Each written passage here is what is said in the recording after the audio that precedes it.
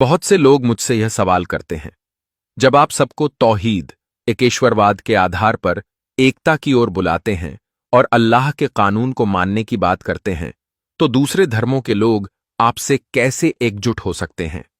देखिए, सनातन शब्द का अर्थ आप जानते हैं।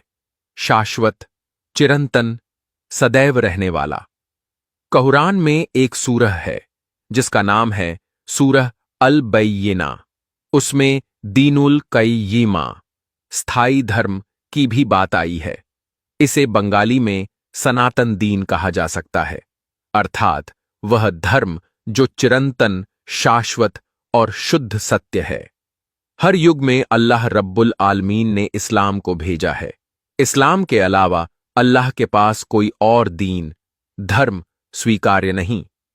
इन्न दीना इंदल्लाहिल इस्लाम, अर्थात अल्लाह के पास केवल इस्लाम ही धर्म के रूप में स्वीकार्य है।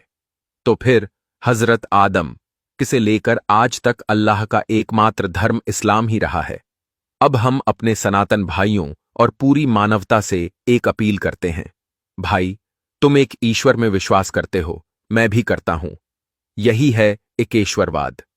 तुम उसे भगवन, ईश्वर कहते हो, हम उसे अल्लाह सुब्हानहू व ताला कहते हैं।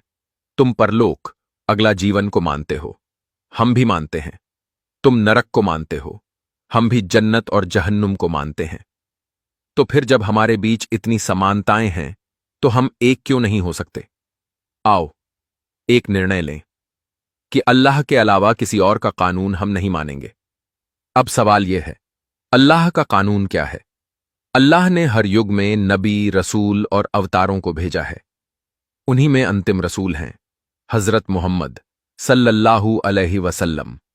अगर कोई उन्हें नहीं मानता तो मैं उसे जबरदस्ती नहीं मनवा सकता, लेकिन जो कानून अंतिम रसूल लेकर आए, मैं कहता हूं वही अल्लाह का कानून है। उस कानून में क्या है? झूठ बोलना हराम है। जो झूठ बोले उस पर अल्लाह की लानत है। धोखा देना हराम है।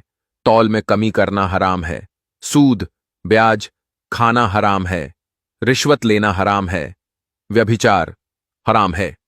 किसी को अन्यायपूर्वक मारना हराम है। क्या ये बातें सही नहीं हैं? नापतौल में कमी नहीं होनी चाहिए। खाने में मिलावट नहीं होनी चाहिए। बातों को तोड़ मरोड़ कर पेश नहीं किया जाना चाहिए। ये सभी शाश्वत सत्य हैं जो सच्चाई और झूठ के बीच स्पष्ट रेखा खींचते हैं। इसमें कोई भ्रम नहीं है, कोई बदलाव नहीं है। ये सत्य सनातन है। एक हिंदू चाहता है कि जब वह बाजार में सामान खरीदे तो उसे सही तौल में मिले। क्या यह गलत चाह है? जैसे एक मुसलमान शुद्ध दूध चाहता है, वैसे ही एक हिंदू भी चाहता है। तो यह सब शाश्वत सच्चाइयां हैं जिन्हें अल्लाह रब्बुल आलमीन ने अवतरित किया है। यही है सच्चे, सीधे मार्ग का धर्म। और जो चीज अल्लाह की मर्जी नहीं है, जो इब्लीस की साजिश है, शैतान और बुराई की ताकतों का काम है, वह है गलत रास्ता, अधर्म, झूठ। हिंदू धर्म में भी कहा गया है कि धर्म की स्थापना के लिए वह बार बार आएगा। कुरान में अल्लाह फरमाता है, मैं हिदायत, सही मार्गदर्शन भेजूंगा। जो हिदायत लेकर आता है वह हादी कहलाता है। हर नबी और रसूल एक हादी थे। आज के युग में भी अल्लाह हिदायत भेजेगा। हालांकि अब कोई नबी या रसूल नहीं आएगा, क्योंकि अंतिम नबी के जरिए धर्म की पूर्णता हो चुकी है। लेकिन उस धर्म के मार्ग पर चलाने के लिए एक हादी की जरूरत अब भी है, और वह हादी अल्लाह की तरफ से आएगा। यह बात कुरान में अल्लाह ने कही है। अब मैं अपने सनातन भाइयों से कहना चाहता हूं, आप लोगों ने पश्चिमी कानून को अपनाकर अपने जीवन को अशांति की आग में झोंक दिया है। हम मुसलमानों ने भी अल्लाह के कानून को छोड़कर उन्हीं कानूनों को अपनाकर अपने आप को बर्बाद कर लिया है। आइए, आप और हम एक भाई की तरह मिलकर एक निर्णय लें कि आज से हम केवल अल्लाह द्वारा दिए गए कानून को ही मानेंगे।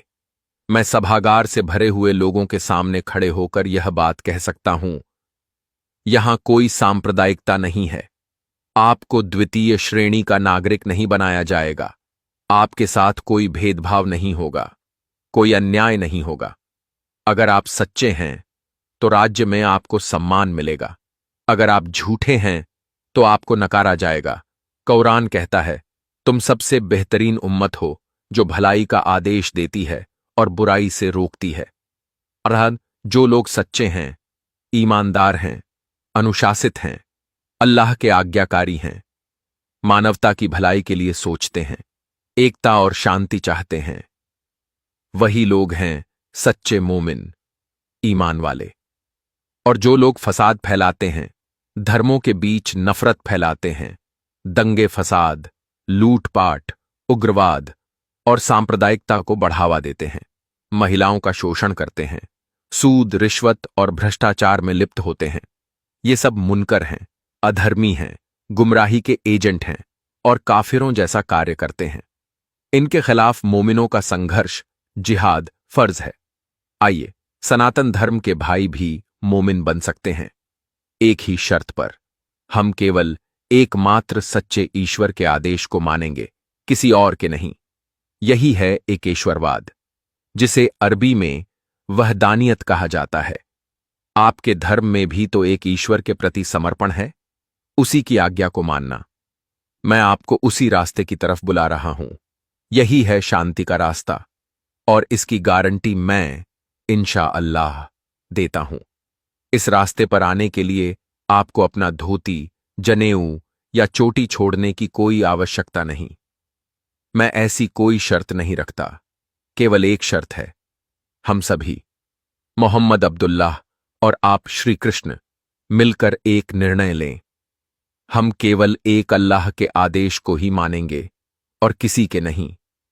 अल्लाह का यह हुक्म कैसे स्थापित होगा, उसका शांतिपूर्ण ढांचा अल्लाह ने हमें दे दिया है, और यहीं पर है अल्लाह की मदद का स्पष्ट प्रमाण।